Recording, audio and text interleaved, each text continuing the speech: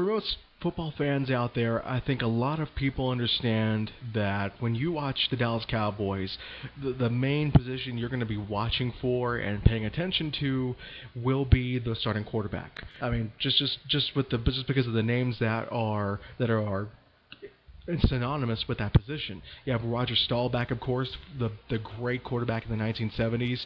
You have Troy Aikman, who won 3 Super Bowls with the Dallas Cowboys. So that's the big position on the Dallas Cowboys organization, of which everyone really pays attention to. Everyone will watch the quarterback, and there's no other job in football really that has as much pressure and as much notoriety and really takes as much flack as the quarterback position for the Cowboys. Tony Romo has pretty much suffered all of those emotions and more from the fan base. But for all the flack Romo gets, for all of the criticism he receives, I think a lot of people really ought to commend him to a certain extent for the performance that he had against the San Francisco 49ers this last weekend.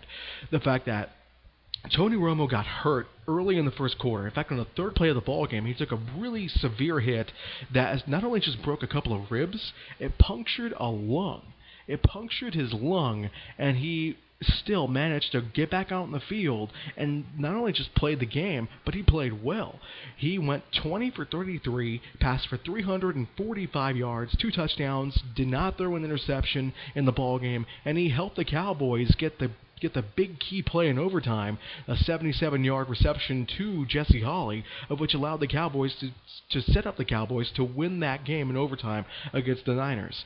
So credit Tony Romo. I think he deserves so much credit for getting right back out there and playing. And that's the thing. I think for a lot of folks who have played football or have played sports in general, playing the game is difficult because you're always in motion, regardless of what sport you're in.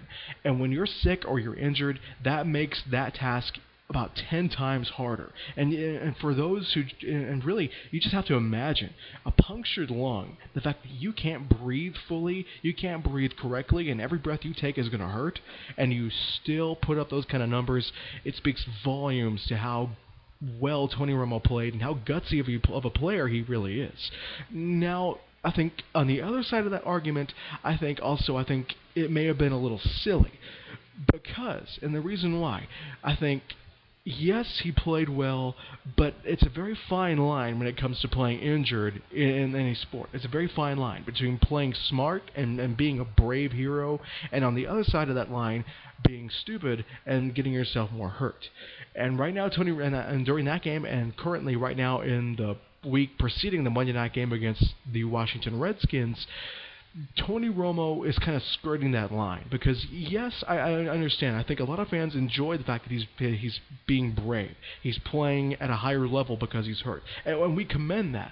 But at the same time, fans don't want to see Tony Romo hurt himself more, and the reason why is just simply because he's the franchise quarterback. He is the quarterback. He is the quarterback of the Cowboys, and everyone saw last year what happened with the Cowboys when he was hurt. The last 11 games of the season. The last 10 games of the season, beg your pardon, when he went out during the 6th week of the season with a fractured collarbone. The Cowboys were terrible. They did not make the playoffs. They were below 500. They were not a very good team, so I think a lot of fans don't want to see that happen again. So I think most fans, and myself included, would not be overly distraught with the Cowboys taking it easy with Tony Romo against the Redskins. I should say the fans would be pretty happy if they slowed his progress getting into the ballgame. Now, if he's healthy enough to play in that ballgame, by all means he should play. But if he's still hurt and he runs the risk of hurting himself, then I think it'd be very silly and very ill-advised for the Cowboys to send him out there and play against a pretty good Redskins defense. Keeping in mind, the Cowboys have a lot of players that are currently injured right now, of which are wide receiver Miles Austin, who won't be available until after the bye week. That's week 5. Cornerbacks Orlando Scandrick and Terrence Newman. They're both hurt with various injuries, as well as Felix Jones, who might play but has a separated shoulder and runs the risk of separating it again against the Redskins this next week. So for the Cowboys, it would be ill-advised to get their star quarterback hurt when you've already got so many players on the bench already with injuries. All in all, though, Tony Romo played a fantastic game against San Francisco. It'll be interesting to see if he comes back and plays against Washington and plays at that higher level because he's hurt. We'll have to wait and see until Monday night.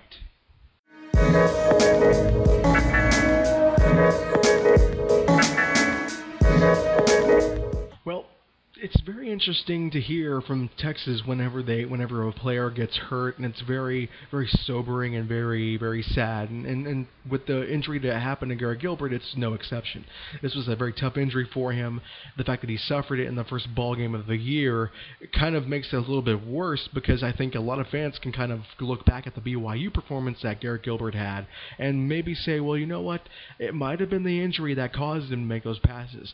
Not to say that every throw that he made was because of the injury. It was part of those bad passes were because of Garrett Gilbert and just some bad decision making. But the injury that he suffered was serious enough, of which forced him to have season-ending shoulder surgery on Monday afternoon, ending his 2011 campaign. And it's very, very interesting because the university evidently, Texas did, they evidently knew about this after that ball game against Rice, but they didn't exactly act upon it until after the BYU game, after they had already benched him and brought out Case McCoy and David Ash. So it's very interesting, at least from my perspective, why, if they knew about this injury beforehand, why didn't they keep Gilbert from going out there and essentially throwing him to the wolves, to that crowd out there of 100,000 plus watching the ball game against BYU, because he was booed unmercifully against BYU. He just made so many bad throws. Gilbert did. He made so many bad passes and bad decisions. He was booed, essentially lustily booed. It just doesn't feel right now to kind of say for Texas fans to kind of look at that and say, oh man, that's not cool, because he was hurt. He made bad. Some of those passes and really when you look back at the ball game, some of those throws did seem like he kind of skipped it to wide receiver. So maybe there was something going on. And so his season comes to a close, and very interestingly, I think, at least from my perspective, I think his career at the University of Texas will come to a close too. I'm not entirely sure Gilbert's going to be back for his final year at the University of Texas. He could petition with the NCAA to get a medical redshirt, which will allow him to replay his junior year, which he was supposed to have this year, but that's up to the NCAA and their decision. If he is granted with that medical redshirt, I wouldn't doubt seeing Gilbert move somewhere else, because he might be better served going to another university, just simply because I'm not quite sure fans are going to be as willing to let him go now that Case McCoy is on the field and playing pretty well this far.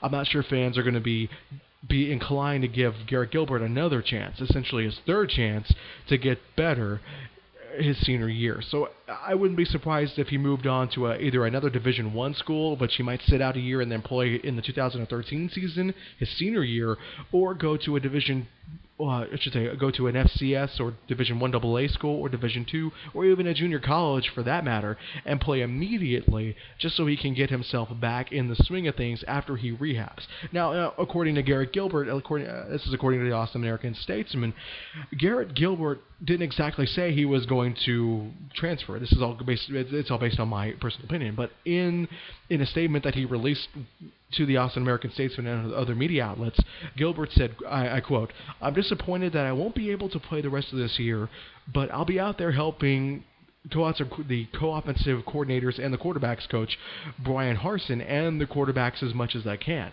So that doesn't necessarily seem like he's going to transfer, but if he rehabs well enough, I wouldn't be surprised if he did. And like I said, I'm not quite sure that staying at the University of Texas is a good thing for Garrett Gilbert.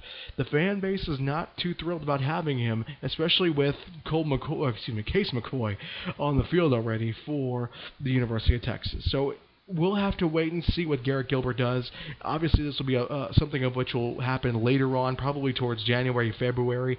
We'll find out whether or not he's ready to come back and play, and whether or not he's going to transfer altogether to another university.